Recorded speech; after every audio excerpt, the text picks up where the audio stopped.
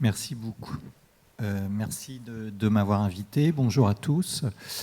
Effectivement, je vais vous parler du mot ou de l'expression soins palliatifs ce matin. Je ne vais pas faire comme une page de dictionnaire, en fait. Je ne vais pas vous donner des définitions théoriques, mais en fait, je vais partir de comment ça se passe dans les pratiques, comment ça se passe sur le terrain, puisqu'effectivement, je suis médecin, mais je suis aussi chercheur, et je fais de la recherche qualitative, c'est-à-dire que j'utilise des méthodes de sociologie et d'anthropologie pour essayer de comprendre comment ça se passe, en faisant des observations participantes, c'est-à-dire en allant auprès des soignants et en observant ce qui se passe, et puis aussi en faisant des entretiens. Et donc là, ce que je vais vous présenter, en fait, c'est issu de ce travail, et même plus précisément, c'est issu de plusieurs recherches que j'ai menées pendant plusieurs années, et notamment à un moment crucial qui était le moment du développement des soins palliatifs à partir de la fin des années 90 jusqu'au début des années 2010. Et je vais vous expliquer un peu de quoi il s'agit. Alors, ah oui, c'est là. Ça marche. Donc effectivement, pour commencer, je voudrais juste rappeler quelque chose qui est important parce que c'est le contexte et ça nous permet de comprendre un certain nombre de problématiques qui se posent sur le terrain. Le contexte, c'est le contexte français dans lequel le développement des soins palliatifs, qui a commencé à partir du milieu des années 80, mais vraiment à partir on va dire de la fin des années 90 et du début 2000, avec les lois autour du développement des soins palliatifs.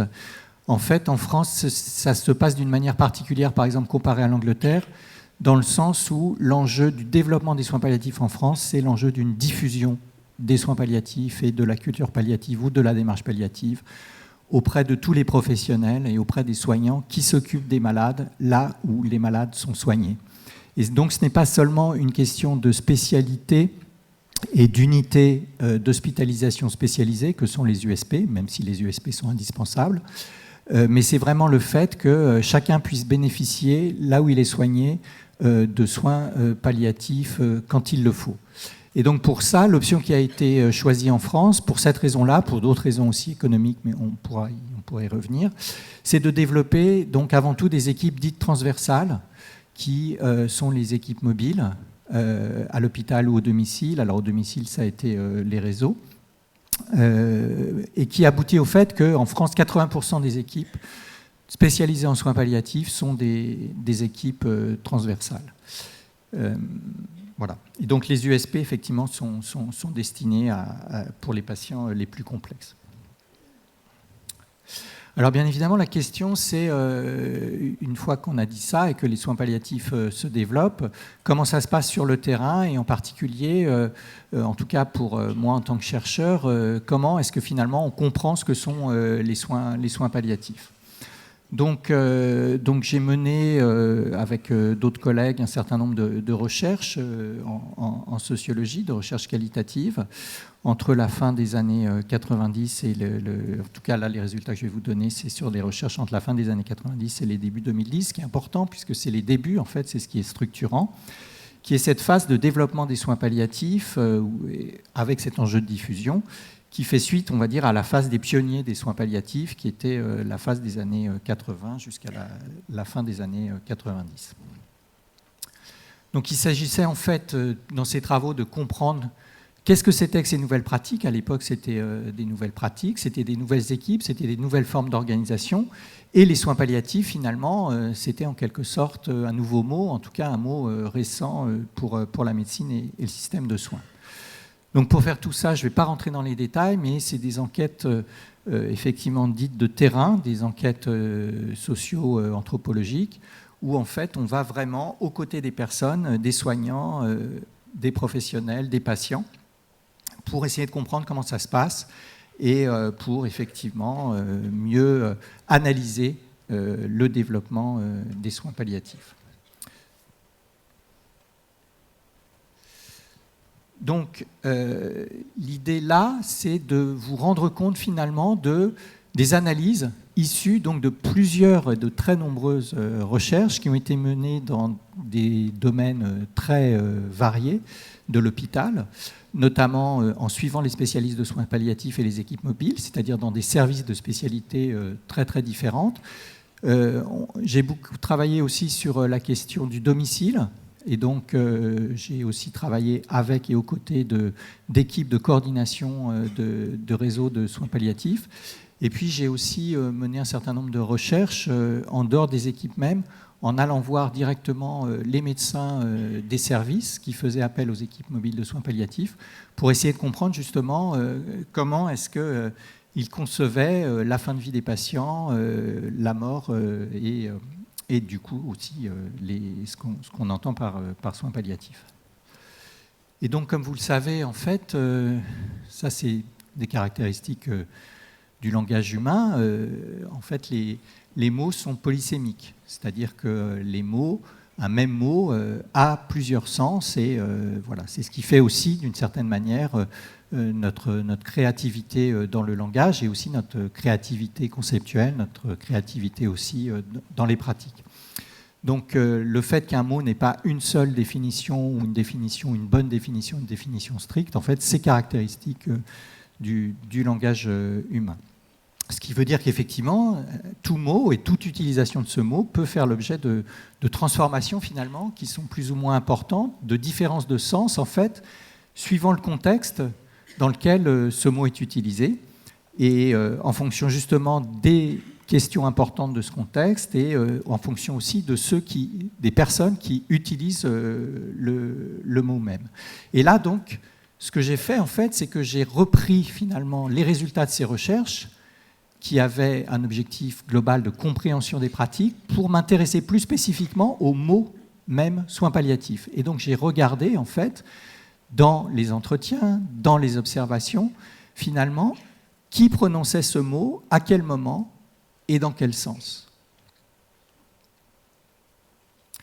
Et ce que j'ai observé, et c'est le résultat de cette analyse, c'est qu'en fait, il y a plein de sens au mot soins palliatifs, vous le savez bien, mais qu'il y a des différences qui sont structurantes suivant qui utilise et dans le contexte en fait, dans lequel le mot est utilisé. Et les différences structurantes, qui est le principal résultat de l'analyse, c'est le fait que le sens du mot soins palliatifs n'est pas le même suivant ce que ce sont les spécialistes de soins palliatifs, et en l'occurrence là, c'était le travail sur les équipes transversales, donc les membres des équipes spécialisées en soins palliatifs, les professionnels de terrain, qu'on peut dire référents ou de première ligne, ou alors les patients et leur entourage qui utilisent ce mot de soins palliatifs. Donc là, ce que je vais vous exposer finalement, c'est les conceptions dominantes, suivant ces types d'acteurs, du mot soins palliatifs. Comment est-ce que finalement ils utilisent le mot soins palliatifs et qu'est-ce que cela veut dire derrière?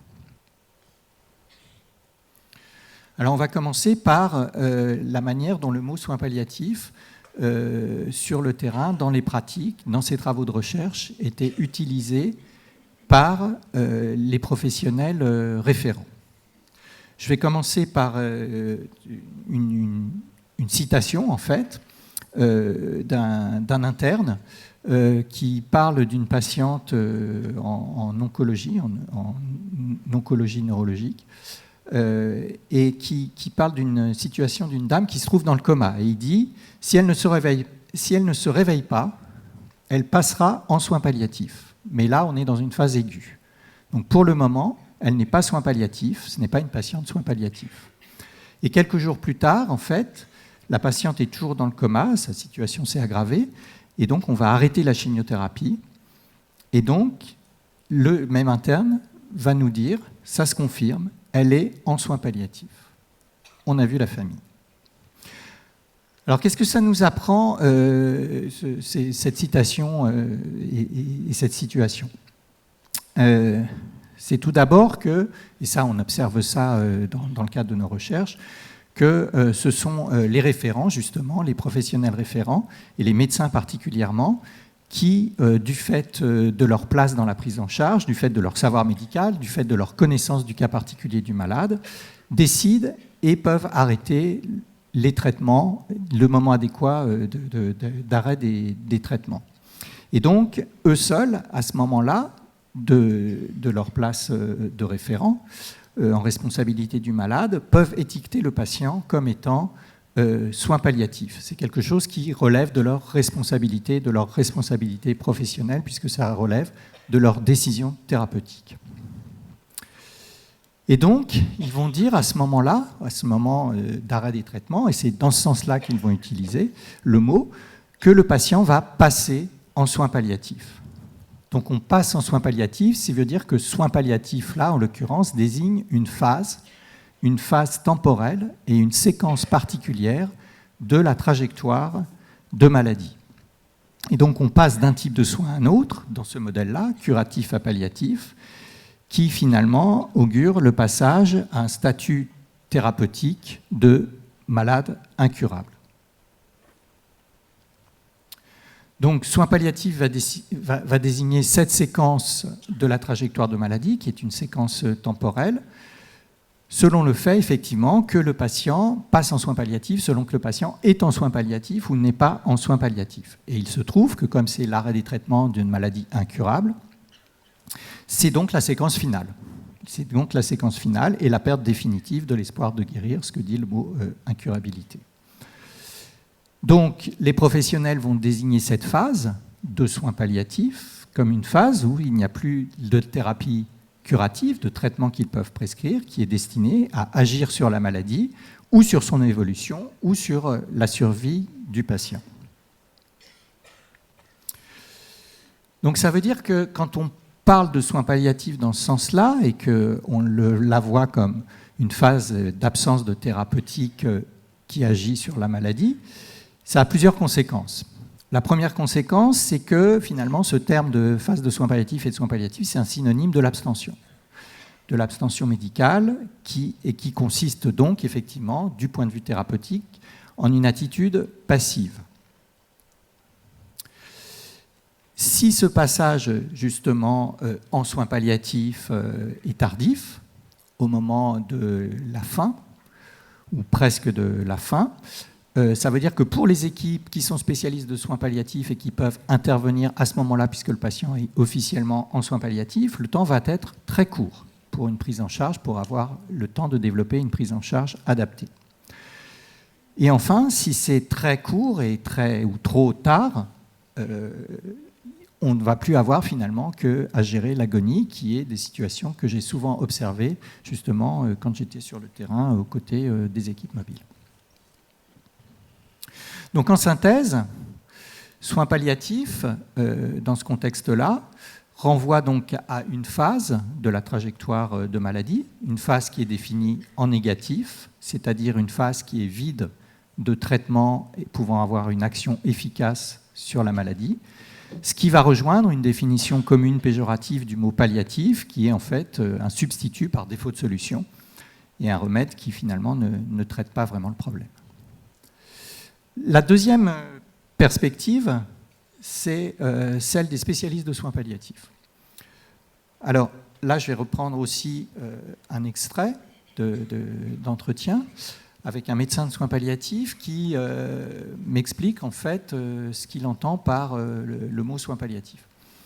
Donc il me dit, les soins palliatifs, ce sont des soins continus, on fait du symptôme, il y a de la place pour l'anticipation, c'est le soin continu. Cela ne me choque pas de prendre en charge donc, les patients quand les gens ont encore de la chimio. Cela me choque que l'on me refile les patients quand le chimiothérapeute ne sait plus quoi faire. Une chose choquante, c'est quand on est appelé juste, et en fait le médecin se tait et sous-entend qu'en fait c'est pour la toute fin, c'est-à-dire l'agonie et la mort. Alors là, qu'est-ce qu'on voit ? On voit que finalement, pour ce médecin, ce n'est pas la phase temporelle de la trajectoire qui importe. Il dit « Cela ne me choque pas de prendre en charge quand les gens ont encore de la chimio ». Donc finalement, ce qui n'était pas défini comme étant le fait que le patient est en soins palliatifs puisqu'on est avant l'arrêt des traitements, lui, ça ne le choque pas en fait de s'occuper du patient à ce moment-là.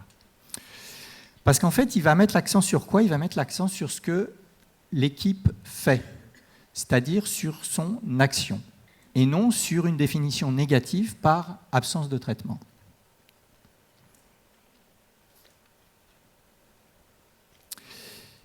Et donc, finalement, cette conception, elle n'est plus négative, elle n'est plus vide.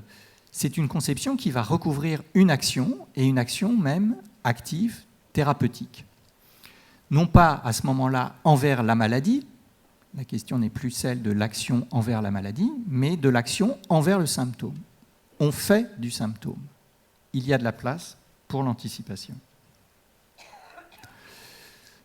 Donc vous le voyez, cette conception en fait, du mot soin palliatif, en fait, ça renvoie à une action substantielle et ça remet en cause, en tout cas dans cet extrait d'entretien, un passage qui serait, elle passe en soins palliatifs, qui serait abrupt d'une phase à l'autre. Donc on voit qu'on a une perspective en fait, d'intrication qui est possible entre curatif et palliatif et une importance de complémentarité, ce que le médecin va nommer ici le soin continu ou les soins continus. On fait du symptôme, il y a de la place pour l'anticipation, c'est le soin continu. Il y a une continuité des soins finalement avec une intrication possible entre cette dimension des traitements curatifs et des traitements palliatifs. Et donc l'enjeu, c'est vraiment effectivement pouvoir s'occuper des malades avant l'arrêt des traitements curatifs et aussi avant la toute fin de vie. Donc cette conception des soins palliatifs, on fait du symptôme, elle va ancrer finalement ces équipes dans la médecine, puisqu'en fait on voit qu'il y a un corpus finalement pour faire un corpus de savoir, de savoir-faire, de connaissances. Ce travail sur les symptômes va permettre de mobiliser une démarche qui est la démarche médicale, de diagnostic, de traitement, de résultats, et va replacer finalement les spécialistes de soins palliatifs dans le faire qui est extrêmement important en médecine, comme vous le savez tous, on fait.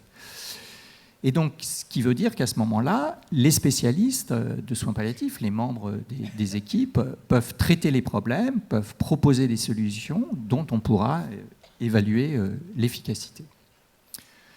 Alors là, c'est un autre extrait d'entretien avec une infirmière d'équipe mobile qui dit « Elle n'a pas le profil d'une patiente de soins palliatifs, elle n'est pas symptomatique ». Donc vous voyez qu'en fait, on est passé là entre les professionnels référents qui disaient « Les patients sont en soins palliatifs, ils sont en phase de soins palliatifs » à « C'est une patiente de soins palliatifs ». Donc on est passé à en soins palliatifs à de soins palliatifs. C'est-à-dire, en fait, une patiente de soins palliatifs, c'est une patiente qui présente certains problèmes qui nécessitent une approche qui est spécifique. Et cette approche spécifique, effectivement, est sous-tendue par une expertise qui peut être diffusée, qui n'est pas forcément réservée aux spécialistes de soins palliatifs, mais qu'en tout cas, qui nécessite cette approche spécifique, des connaissances, des savoir-faire, des savoir-être, des compétences de communication, des modes d'organisation particuliers, des valeurs, des attitudes, etc., etc. Et qui donc permettent de parler de soins palliatifs et non pas de phase palliative de la maladie. Et le mot symptomatique, là c'est juste un complément, pour préciser que ce mot symptomatique ne fait pas uniquement référence éventuellement à des symptômes physiques ou des dérèglements corporels ou à la douleur, mais aussi à tout un type de problèmes ou de situations problématiques psychologiques et sociales. Donc les soins palliatifs sont vus comme actifs, non pas passifs ou compassionnels. Et cette définition, elle va s'inscrire dans une division, une opposition entre des soins actifs sur la maladie et des soins tout autant actifs sur les symptômes. Et on n'est plus dans la division précédente, qui est exposée dans la première partie, entre une phase d'action et une phase d'abstention. Donc en synthèse, on peut dire que dans ce contexte, soins palliatifs renvoie finalement à une approche spécifique qui n'est pas obligatoirement spécialisée, donc, dont j'ai parlé, les connaissances, expériences, etc., etc. Ça renvoie à une prise en charge qui est active, qui est efficace, qui est inscrite pleinement dans la médecine, et ça renvoie aussi à une prise en charge de problèmes pluridimensionnels. Le troisième résultat que je voulais vous exposer, c'était la conception des soins palliatifs selon les patients et leur entourage. Donc, là, à nouveau, des citations d'une mère d'un patient qui explique que, en fait, donc on lui a expliqué que son fils était en soins palliatifs et elle l'a appris en fait elle l'a appris en fait en lisant un document qu'on lui avait donné. Et elle a dit qu'elle était en colère en lisant soins palliatifs. Pour moi, c'était synonyme de mort immédiate. Et là, c'est un autre médecin de soins palliatifs qui explique qu'en fait, il est rare qu'en équipe mobile, on se présente d'emblée comme soins palliatifs. J'ai peur de la réaction des gens. Parfois, c'est très clair, c'est super clair. Tu prononces le mot soins palliatifs et ils deviennent tout verts. Ils n'avaient pas compris. Ils mettent autre chose que moi. Pour eux, soins palliatifs, cela veut dire fin de vie, phase terminale. Entendent soins palliatifs, ils entendent je vais mourir. C'est très proche.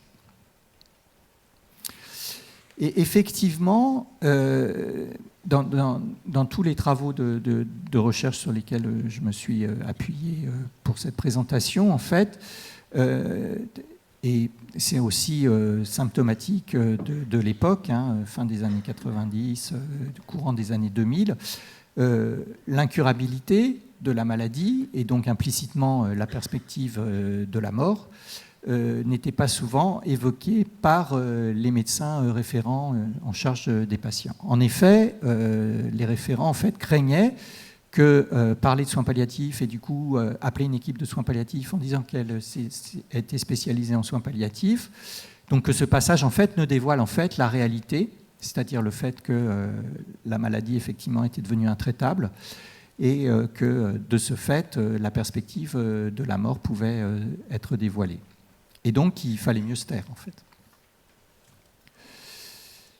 Donc, on va avoir un principe de prudence quand on est dans une équipe transversale et qu'on arrive, qu'on ne sait pas trop ce qui a été dit ou pas dit au malade et ce qu'il a compris ou pas compris.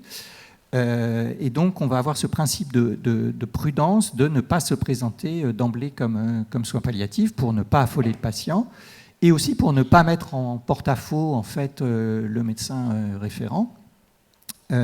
Qui n'a pas l'habitude justement d'évoquer l'incurabilité et la fin de vie ouvertement, et voilà, qui peut se trouver effectivement, oui, dans une posture peu confortable, si ce n'est avoir l'impression d'être trahi, puisque l'équipe de soins palliatifs va dévoiler quelque chose qu'il cachait. Donc là, vous voyez que le mot soins palliatifs, effectivement, est un équivalent du mot mort, avec le risque d'entretenir un cercle vicieux. C'est-à-dire que si pour être admis à intervenir et si pour pouvoir intervenir, on doit se conformer à une politique du non-dit, c'est-à-dire du silence quant à l'intraitabilité et à la perspective d'une fin de vie, ça va encourager finalement à reporter le dévoilement du caractère palliatif de la prise en charge à la toute fin, quand on ne peut plus faire autrement. Et ça va encore renforcer finalement l'équivalence entre soins palliatifs et mort.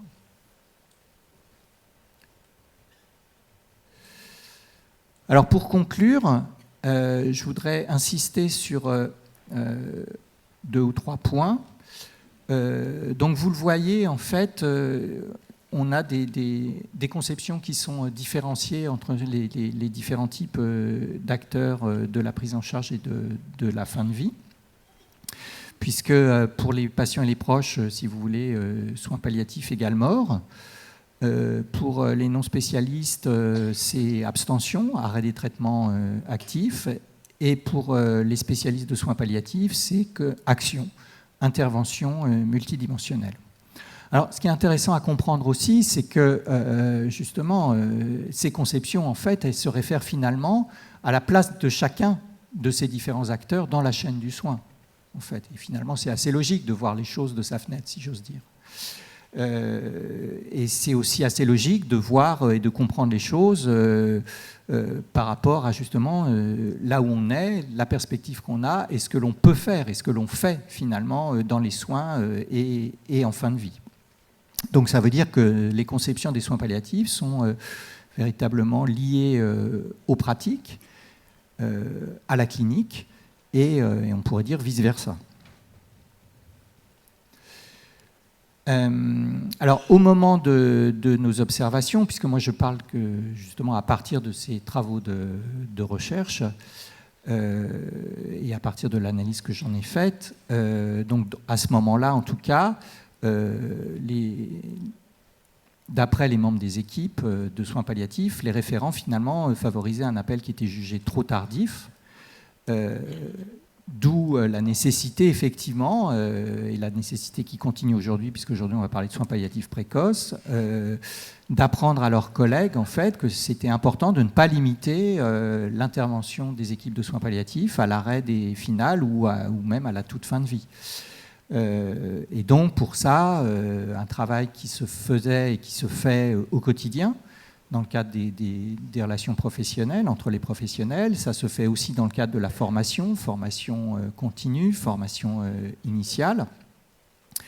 Et puis ça nécessite aussi tout un travail autour de ce qu'on appelle l'annonce des mauvaises nouvelles et des pratiques de silence, en fait, concernant le pronostic.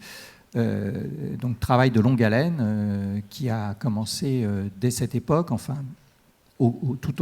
tout au long de cette époque, particulièrement avec l'officialisation de la formation en soins palliatifs universitaires, mais qui continue bien évidemment aujourd'hui et qui, de toute façon, a toujours remettre sur le métier. Alors juste pour terminer, et peut-être pour ouvrir sur la question des soins palliatifs précoces, justement, dans une recherche qu'on a faite dans le milieu de la cancérologie, en fait, au milieu des années 2010, donc on a publié en 2016, on a observé que les conceptions des soins palliatifs évoluaient au sein de la profession médicale et que parmi les médecins oncologues qu'on a rencontrés, on pouvait dire qu'il y avait deux grands types de profils. Finalement, un profil de médecin oncologue qui portait une vision proche des soins palliatifs de celle des équipes spécialisées, en tout cas de la manière dont ils en parlaient, et un profil qui renvoyait encore ces soins à l'abstention et à l'impuissance, en fait. Et ce qu'il y avait d'intéressant, en fait, c'est que notre recherche n'était pas seulement sur justement la conception des soins palliatifs, même pas du tout. Notre recherche était sur l'arrêt des traitements et qu'est-ce qu'ils faisaient en fin de vie. Et ce qu'on voyait, c'était que les pratiques qu'ils nous décrivaient de ce qu'ils faisaient autour de l'arrêt des traitements et en fin de vie, en fait, ces pratiques différaient fortement entre les praticiens, suivant le fait qu'ils avaient une vision proche de celle des équipes de soins palliatifs ou qu'ils avaient une vision plus classique des soins palliatifs comme abstention et impuissance. Et ces pratiques différaient dans la manière dont ils arrêtaient les traitements. Les pratiques différaient dans leur relation avec le patient et les pratiques différaient bien évidemment dans leur collaboration avec les équipes de soins palliatifs. Je vous remercie de votre attention.